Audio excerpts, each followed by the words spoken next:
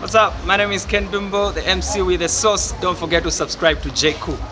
Welcome back. Zambia's former president Edgar Lungu will be buried in South Africa. According to Lungu's family, the former statesman will be buried in Johannesburg in a private funeral. The announcement comes after Zambia's president Hakainde Hichilema abruptly ended the national mourning period for Lungu. In his address yesterday, Hichilema announced the immediate end to the mourning period, saying the country needed to resume normal life.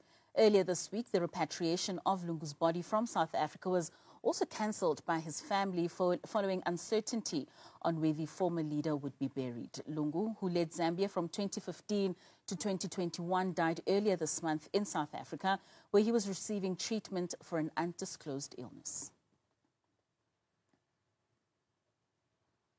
We are now joined by George Twala, former Zambian ambassador to South Africa, as well as Lungu's friend. Bab Twala, a very good evening to you. Thank you so much for your time and availing yourself for us this evening. We certainly do appreciate it. So maybe I want us just to start off by having a conversation about the relationship between yourself and former statesman Edgar Lungu. I mean, you started your serving as a High Commissioner to Zambia for South Africa in 2019, when he had already been president since 2015. There were tensions between the two countries at the time. Just talk to us about how that began between the two of you. Well, the tension, thank you for having me.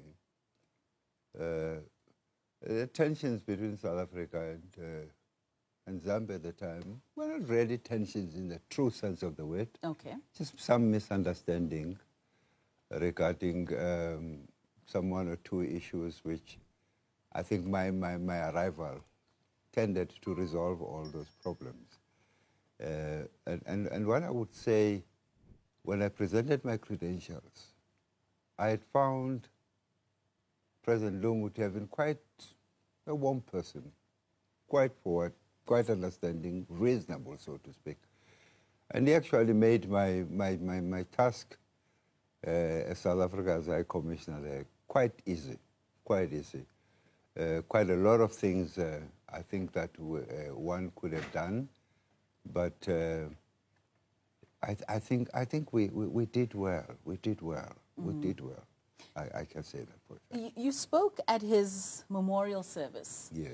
And in your address, you mentioned how he was down to earth and one with the people.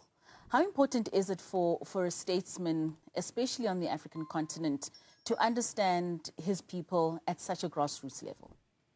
You see, if you have a leader of that type of person, you immediately have got a full understanding. You don't really depend on everybody else whispering on your ear. I think that's one of the most critical issues that I think President Lungu had. He could listen to his people. He could be told issues by his advisors, but he was no fool. He was no fool. I mean, he's a lawyer professionally, but he was no fool. He listened very well. And I think it's quite a shame that, well, most of the time, some of our leaders, we only see them during elections, you know, when they're now campaigning, etc. And you find by the time they're coming to campaign, they are surprised by quite a whole range of issues, you know. But well, they'll do a very good job kissing babies and shaking hands and visiting our grannies and telling them that they will get their pensions and even adjusted upward with about 20 cents just to buy a loaf of bread. Right. So, but for Lungu, I think he was quite a very warm person. And what would you say were his key policies that defined his presidency at the time? More than anything else, I think he was a Pan-Africanist. A shy one at that, I think. Let me put it like that. Because on some issues, especially when it came to the issues of Polisario Front, he wasn't quite certain which is which, but he followed what the developments were. And to a great extent, he carried the ethos that was carried by his previous president, KK. He learned quite a lot from him. I think also during his reign, he really wanted to see also the continent, in fact, the region. He really worked very well with his peers. Well, others may argue that he was much more closer to Zimbabwe than anybody else. But, I mean, these guys share the same border with President Mugabe. So he did quite a whole range of issues.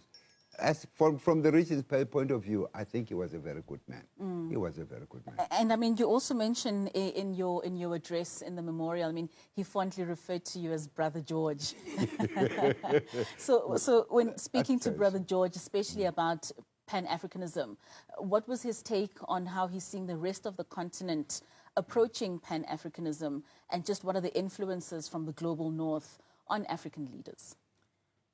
More than anything else, I think he was quite uncomfortable with the Western view and development supposed to be aid and issues of that kind. And that's the reason why I think more than anything else, he tended to look towards the East to try and develop his country. And during his tenure, frankly speaking, he did quite a lot in terms of infrastructural development.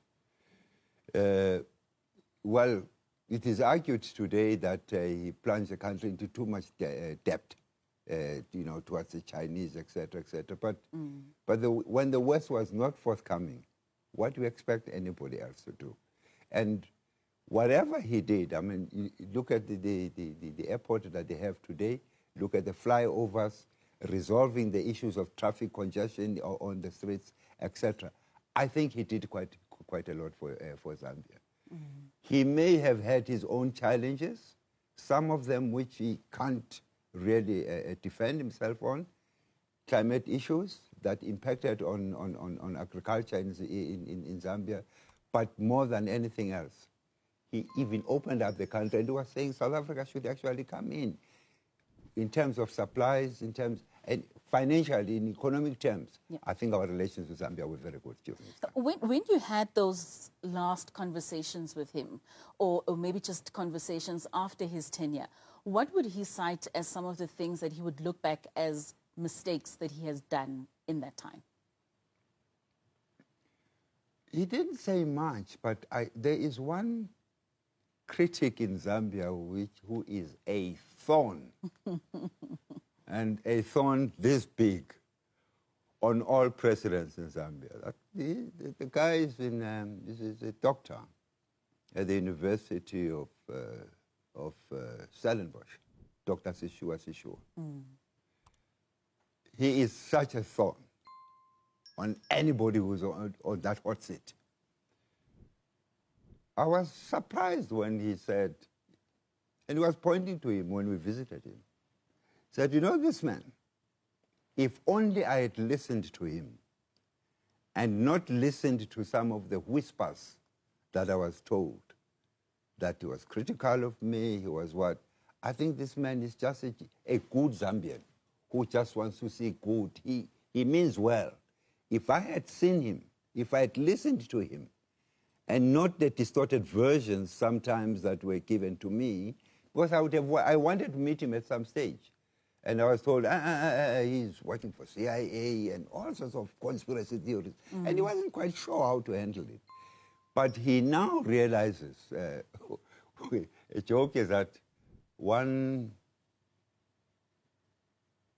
cadre of the Patriotic Front literally went for him, and because he was challenging Lungu's third term, he then said, no, this man must be arrested for treason. You know, it wasn't an easy thing. But Lungu himself says, I think it was Ambassador Mwamba, he says, that man, he was good, he had these good intentions, but I think he missed it with Sishua. Because Sishua took him to the cleaners, took him through to lawyers, and he won his case, and even cost him to pay him. You know, it was a libel suit, and he took that money, quite a paltry sum of money, and he handed it over to some NGO. But For Lungu, looking at that, he said, I know the two. Mwamba was a good man, or he is a good man, who has got a different take to issues, and he doesn't tolerate criticism in as much as I did not tolerate it. So there was quite a lot of what we call back home do-nathering.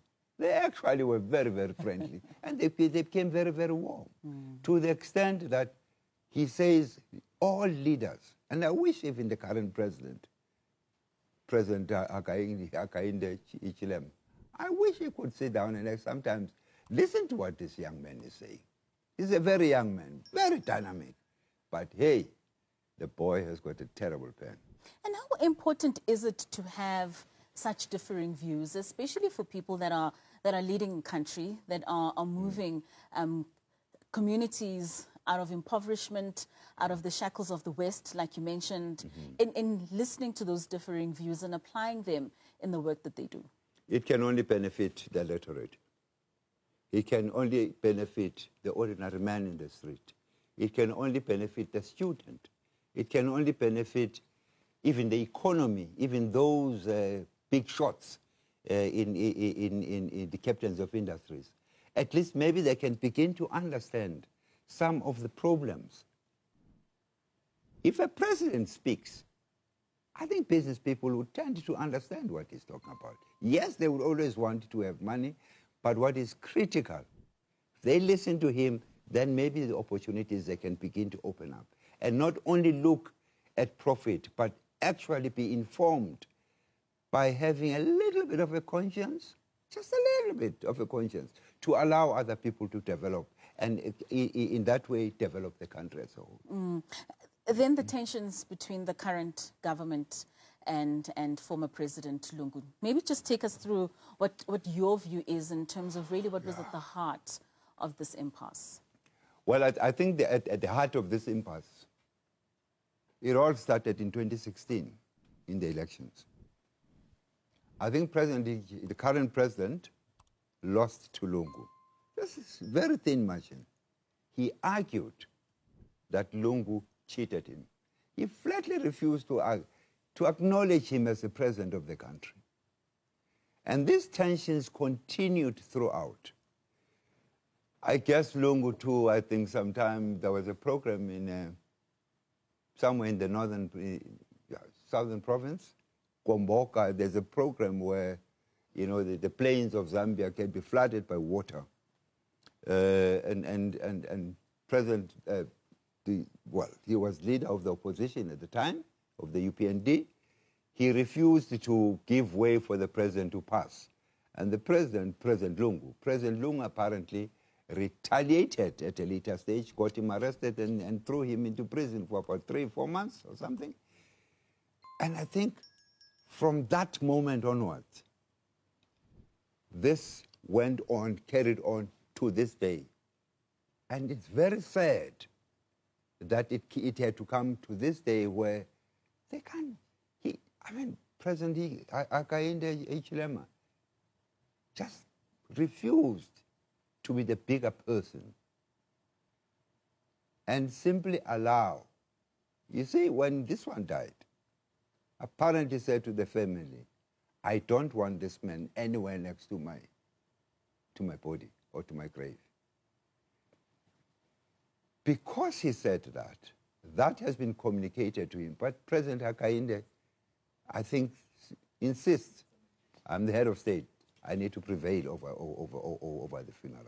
Paptola, let's hold it there. I want us to go for a quick ad break. And I really want us to extend on, because that leads to where we currently are, where we are seeing former President Lungu now possibly being buried in South Africa, as his family has put out a statement. And just what are the legalities around, or constitutionality with the Zambian government with regards to a former statesman? But I want you just to hold that thought. We are in conversation with George Twala, who's a former Zambian ambassador to South Africa and also Lungu's friend. So do stay with us. We'll be back after this. Welcome back. We are in conversation with George Twala, who's a former Zambian ambassador to South Africa and a friend to Zambia's former president, Edgar Lungu, who is set to be buried here in South Africa, first ever for a state president. Babtala, so before the break, we were still having a conversation about the current state that we're seeing with regards to the impasse between now the family of former statesman Edgar Lungu, as well as the Zambian government, and him now being buried in South Africa. You were with him, in fact, when he arrived in South Africa, about 2 weeks before his death, I believe. There's a book that you're launching tomorrow, Struggle as a Way of Life. Yes. And that book speaks about your life in the struggle, being part of the Soweto 11, being someone who really was very instrumental in ensuring that young people were able to voice out what it is that they wanted from the apartheid government at the time. And you handed former statesman Lungu a copy of that book. That was your last encounter with him. And in fact, that was the first official picture of him since January of 2025. Just talk to us about the struggles that he was experiencing as a former statesman, being in Zambia, trying to come to South Africa for treatment, and subsequently now his life having ended. Yeah. Well, he arrived in South Africa, I think, sometime in January. Yes. You see, at some stage when he was head of state, he did come to South Africa and he got treatment for his illness. I would want to believe, but I'm not sure if I can say it. Maybe it was cancer-related, I don't know. So when he lost power and there was a change of government, President Hakainde then came into power. Even the handover of power at the stadium was not quite a normal thing that you always see. But we'll leave that. As they continued at the time, I think some bit of harassment. You would even begin to think it was now, it's my turn, your turn is gone, I'm in charge. Where the president was denied, he asked for permission to travel. You know, there are certain privileges that presidents have. You're allowed to travel once a month or once a year or twice a year to any place of your choice, state expense, etc. I think he applied sometime in 2022 or 2023 and he was refused. And this would be for him to travel to receive treatment? To receive treatment. He was refused. On one other occasion, I think it was 2023, I think, he had already had his luggage in the plane. I think it was an Abu Dhabi flight. It had to be offloaded from the train and he was denied the right to travel. I actually went to see him shortly after that incident because I thought that there was a likelihood, that it was a South African Airways flight. And I went to see him to actually find out, is that true? Was it South African Airways? He says, no. It was an Emirates flight. Why is it? He says, I don't understand it. Because on this occasion, the state refuses me travel at its expense. I'm traveling on my own, at my own expense, and I'm denied the right. So these issues continued. I think at some stage, I guess, he got fed up. And he thought he must return to politics. And for saying that, the president, and I think it said it is in the Constitution, I'm not quite sure, I haven't studied that Constitution to that extent. So he therefore had all his privileges stripped so that he can't, I guess the argument was, you can't be a part of the opposition and still expect the state to enjoy the fruits exactly, and enjoy the fruits. So they withdrew them. He didn't mind. So he continued trying to travel and could not until the UN rapporteur was coming to me to Zambia. Somehow, I don't know how he did it, but when the rapporteur landed, he was at the airport. He could not be stopped, so he traveled out. And that's how he made That's how he came to South Africa. So he went through his medications, still at his own expense. At his own expense, not at state expense. And even when, you know, when he had died, if you listened to the statement that was issued by both government spokesperson and the family when they were trying to resolve the matter with a view that he travels on Wednesday. If you look at the beginning of those statements, both of them came, it was not a joint statement. It were two separate statements by two parties, in the sense that the Lungu family said he was here on his own steam, and the government representative, Secretary to Parliament, said he was there at government steam. So you actually realize that the things were just terrible between the two. Now, where are we now? I understand. The family has since, you know, since yesterday's statement, I heard you on the news when you announced that the president, or when you reported that the president has now suspended the period of mourning. The family feels, even if there were to be any mediation, that mediation would only happen and be acceptable until he takes off. When he lands on the ground, things may change. So they just felt, just to have peace, they would therefore exercise other options. Apparently, they will bury in South Africa, which is a real shame. It's a real shame. And I really want you to expand on that. I suppose many Zambians were looking forward to that last send-off of their former statesman. What does this do in stripping a nation of having that opportunity of burying their former statesman? Kato, I still say President Hakainde lost an opportunity to be the bigger man. He should have just stood aside and allowed the body to be brought in without conditions and let them bury. The impact of that decision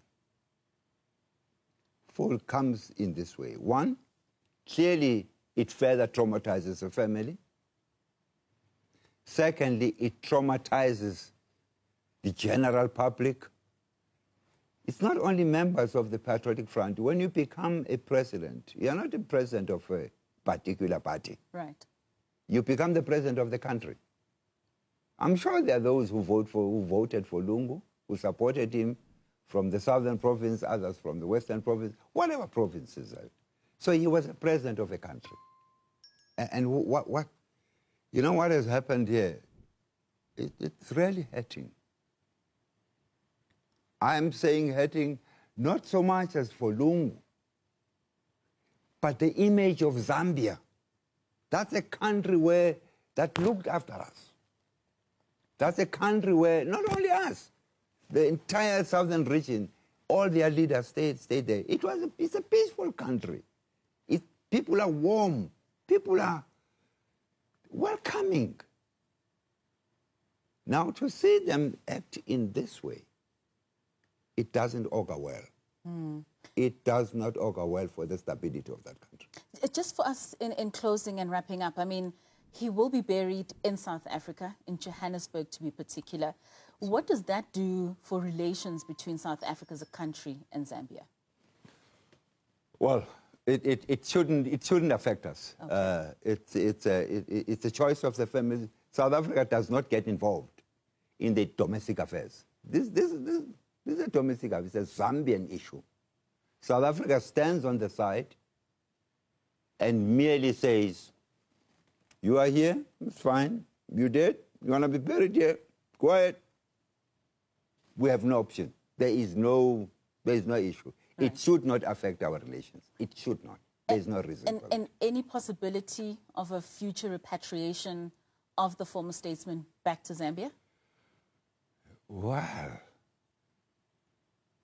well, we've repatriated our own.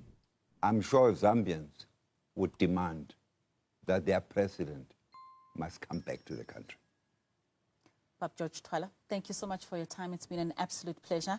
Thank you so much for joining us this evening and just giving us this colorful life that you have spent with the former statesman. We certainly do appreciate your time. Thank you very much. Thank you. Let me know what you So that think was about George this Twala, video. former Thanks for Zambian tuning in to ambassador to JQ South News. Africa, Don't forget to like, to share, Zambia's and subscribe for the latest updates on tech, politics, and everything in between. Until next time, stay cool.